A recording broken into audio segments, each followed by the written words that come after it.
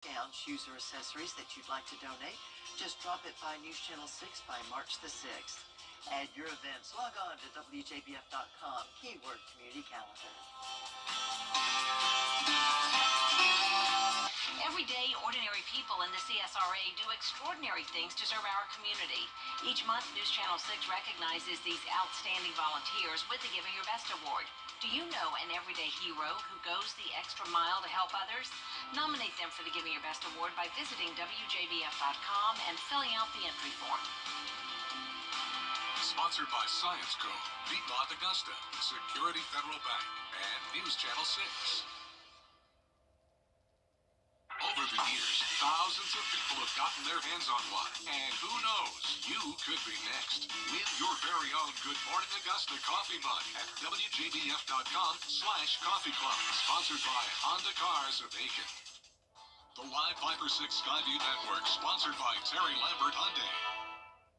A warm end to the month of February for us with a lot of sunshine and little to no rain. But we could see a few showers and maybe weak storms on Thursday as we warm up to nearly 80 degrees. I'll have all those details coming up. Right now on News Channel 6 at 6, commissioners vote no on the homestead exemption in Richmond County. Why city leaders made that decision as Your News at 6 starts now. Live from Television Park, this is WJBF News Channel 6 at 6. Good evening, everybody. I'm Brad Means. We thank you so much for joining us. Jenny is on assignment tonight. Coverage you can count on begins with Augusta commissioners opting out of the floating homestead exemption. George Escala has the story. Augusta leaders saying it was not an easy call whether to help homeowners or other taxpayers. We got to take into consideration everybody, business folks and also homeowners. But then again, you said the renters. We do have a lot of renters in Augusta, Georgia. Commissioners voting to opt out of the floating sales tax exemption that would have held home values at the rate of inflation. This would have benefited homeowners by keeping their property taxes in check. A lot of my constituents are not homeowners. Some of them may live in a house, but they don't own the house. There's a lot of renters in District 1 and District 2, and we need to make sure we're protecting them too. Back in November, 62% of voters supported the new exemption, but city leaders say it would have come with a cost to other taxpayers. If we adopt this House Bill 581, it doesn't say that the taxes will not go up. It will. But commissioners looking for other ways to provide relief, asking the administrator for local options, like offering a similar homestead exemption, but to just seniors and low income. Nothing's off the table. That's why we have these meetings, so that we can discuss things and we can get the point of view of the commissioners that represent different districts. On an 8-2 vote, commissioners said no to the homestead exemption plan voters wanted, but are preparing to present to the state next month a local homestead exemption plan. In Augusta, George Escala, WJBF, News Channel 6. Also today, after 4 months, an Augusta commissioner is back at meetings. Brandon Garrett stepped away from his commission duties in October.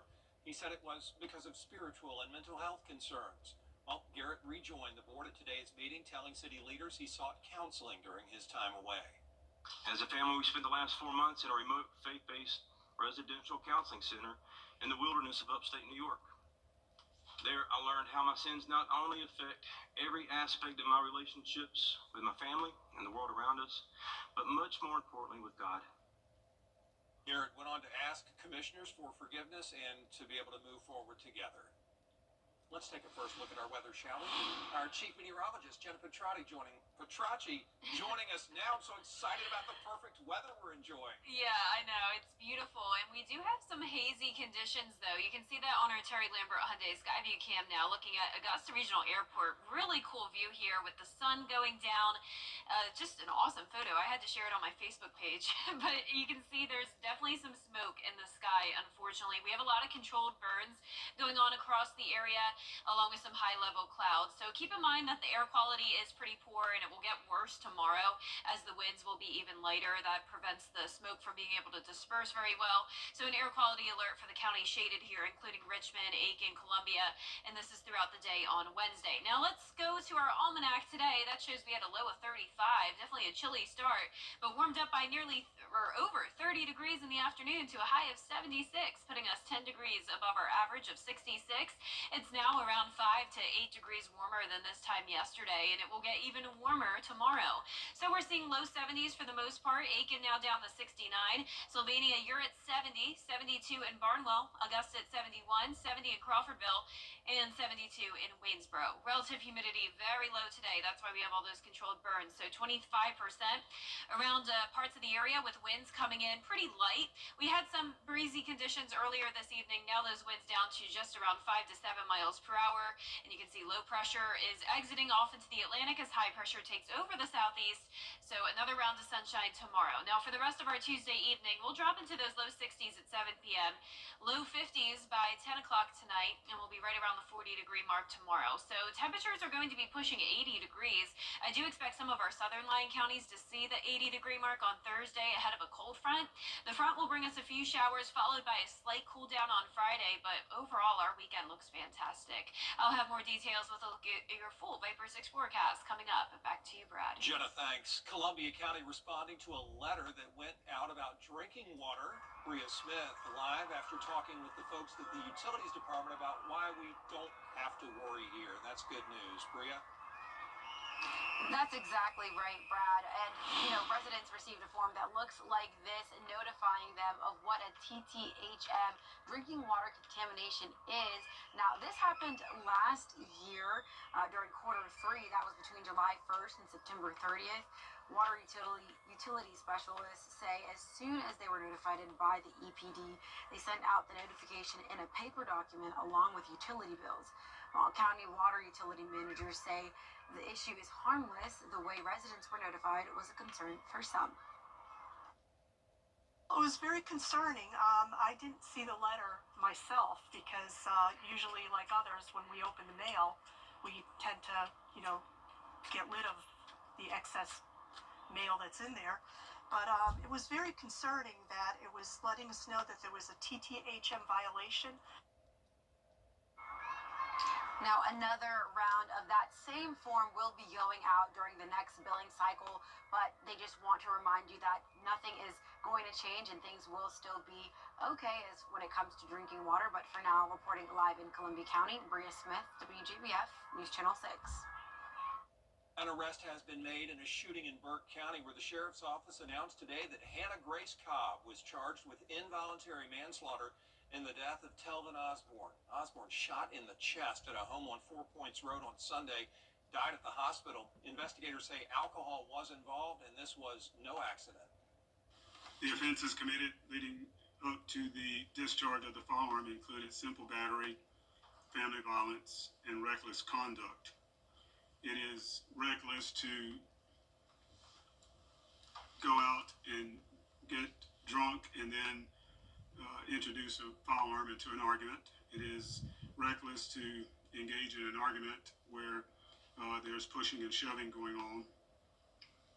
And those are the predicate charges for the charge of involuntary manslaughter. Sheriff Williams says more charges could be coming. This investigation still ongoing. An Augusta woman has been arrested accused of stomping on a child's head. Police say it happened at a home on East Boundary where Nikeria Dantonak there is charged with first-degree child cruelty. The arrest warrant says she also slapped and kicked the 13-year-old. A wanted suspect in New Ellington now in custody. 38-year-old Christopher Parker surrendered to law enforcement this afternoon. Yesterday, he allegedly barricaded himself in a home on Million Avenue after he was accused of making online threats. And during that standoff, investigators say Parker assaulted somebody inside the home. They say he fired several shots in the air before he got a ride out of the area. Parker is being held in the Aiken County Detention Center. Your hometown road trip is making a stop in Blackville. The team is going to check out some popular restaurants in the area and talk with the mayor about the town's history. John Alexander Black. That's what the town named after. Okay. John Alexander Black. Yeah. That's how we got the name Blackbeard. Yeah. He was in charge of the railroad system, and the railroad system was built to transport goods from Charleston to Hamburg, which is now North Augusta. You can catch the Your Hometown Road Trip team in a new location every Wednesday afternoon at 12:30 right here on News Channel 6. Coming up, a major deadline for House lawmakers, the progress they've made on a spending plan. Next. News Nation tonight. First she killed her husband, now John. Georgia Senator John Ossoff is warning about health care cuts that could impact Georgia families, he says. A new study shows 18 of Georgia's 30 rural hospitals face the risk of closure. The senator says these cuts will only make that situation worse. 2 out of 5 children in Georgia are covered by Medicaid. 70% of seniors in nursing homes are covered by Medicaid. Half of all births in Georgia are covered by Medicaid. If they destroy Medicaid, they're going to destroy health care for Georgians. Republican lawmakers in Congress are looking to cut $880 billion through 2034. And Jenna rejoins us now to talk about this great weather. Yeah, happy to talk about it, Brad. It's great outside. We have lots of 70s in the forecast this week. A few showers moving in on Thursday, followed by a fantastic weekend. And then next week, we'll see a little bit more cloud cover, some rain chances, and up and down temperatures. I'll have all the details right after this break. with 40 years experience, Mets. Weather headlines on News Channel 6, brought to you by Hickson Roofing. The live Viper 6 Skyview Network, sponsored by Terry Lambert Hyundai. Now, your most accurate forecast with WJBF Live Viper 6. Welcome back. A hazy sunset. This is a look at our Terry Lambert Hyundai Skyview cam. It looked beautiful just a few moments ago, but you can see the sun is now below the horizon. We have a little bit of pink there in the sky with controlled burns going on across the area, so that's why it's looking very smoky out there. 71 degrees, and the winds are coming in from the northwest, 7 miles per hour. Humidity low at 23%, dew point of 31. Now, it's going to look like this again tomorrow. Hazy sunshine in the forecast with an air quality alert in effect for Wednesday for the county shaded, including the metro. So with the controlled burns and high pressure in control and those light winds, a lot of the smoke from these controlled burns is just lingering in the area. It's not able to disperse very well. So if you do have respiratory health issues, be sure to limit your time outside tomorrow. Keep the windows and doors closed. Run the air conditioner, but keep the fresh air intake closed, and also make sure you have a clean air filter. Our current temperatures around the CSRA are now into the upper 60s in Aiken County, but most of us in the low 70s. Washington, you're actually only at 66. 70 in Louisville and Waynesboro, 73 in Bamberg, and 72 in Swainsboro.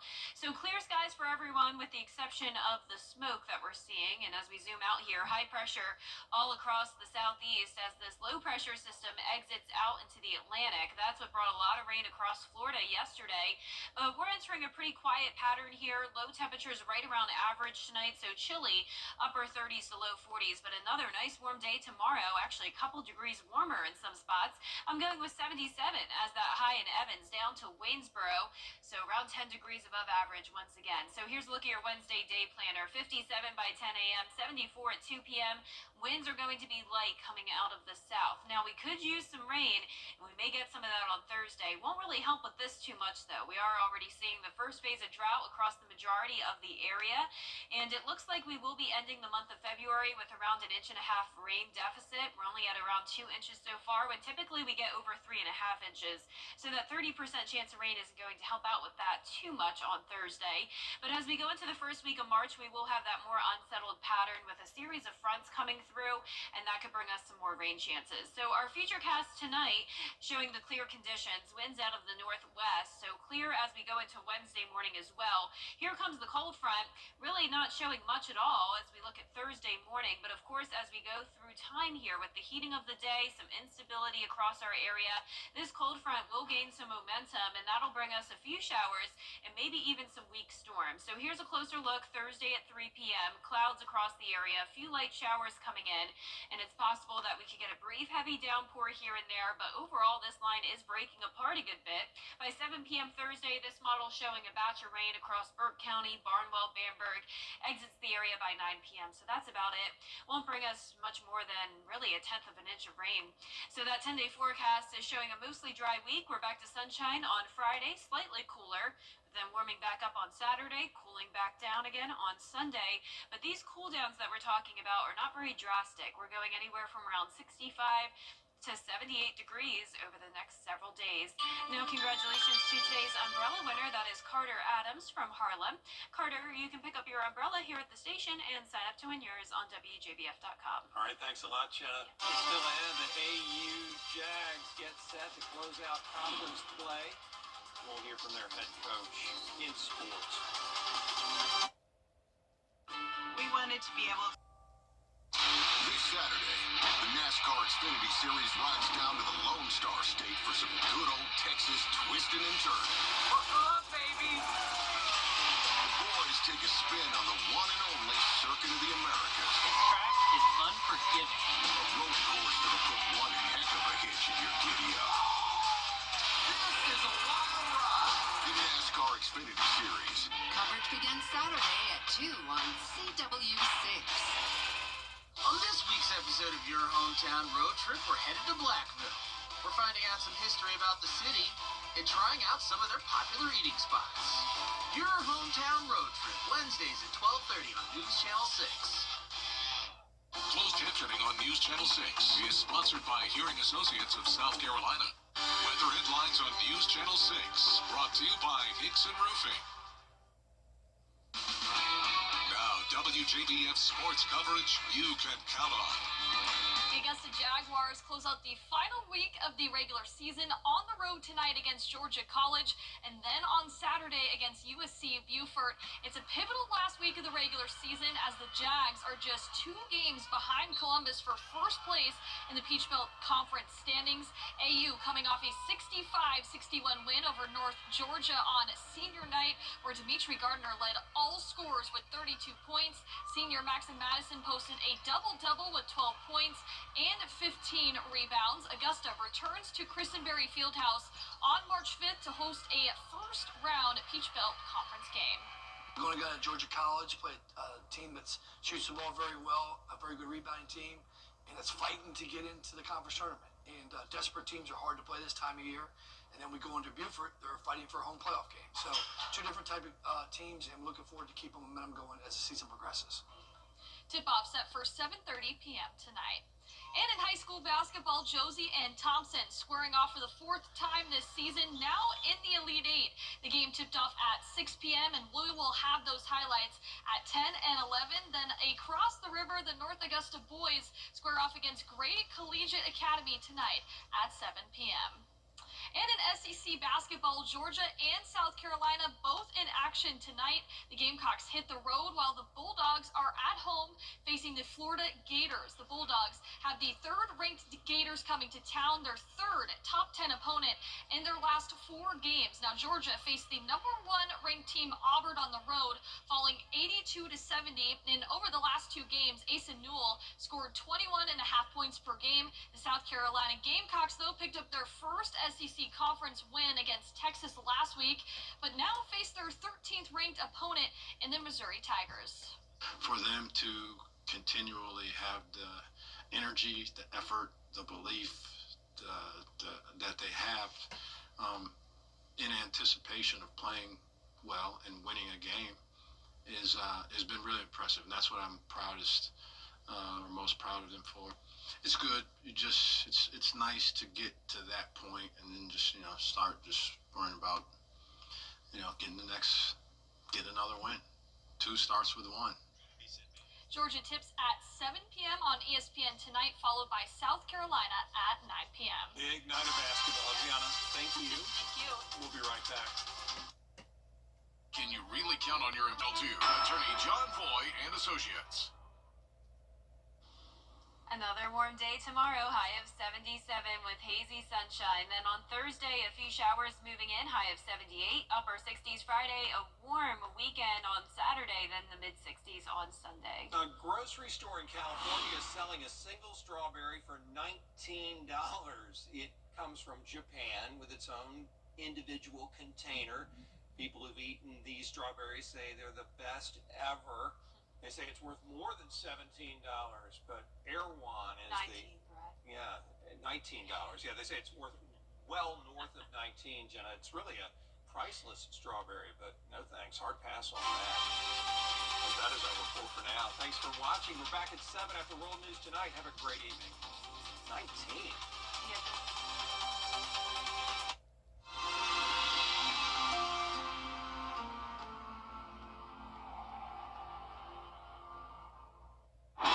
Tonight, several breaking stories as we come on the air this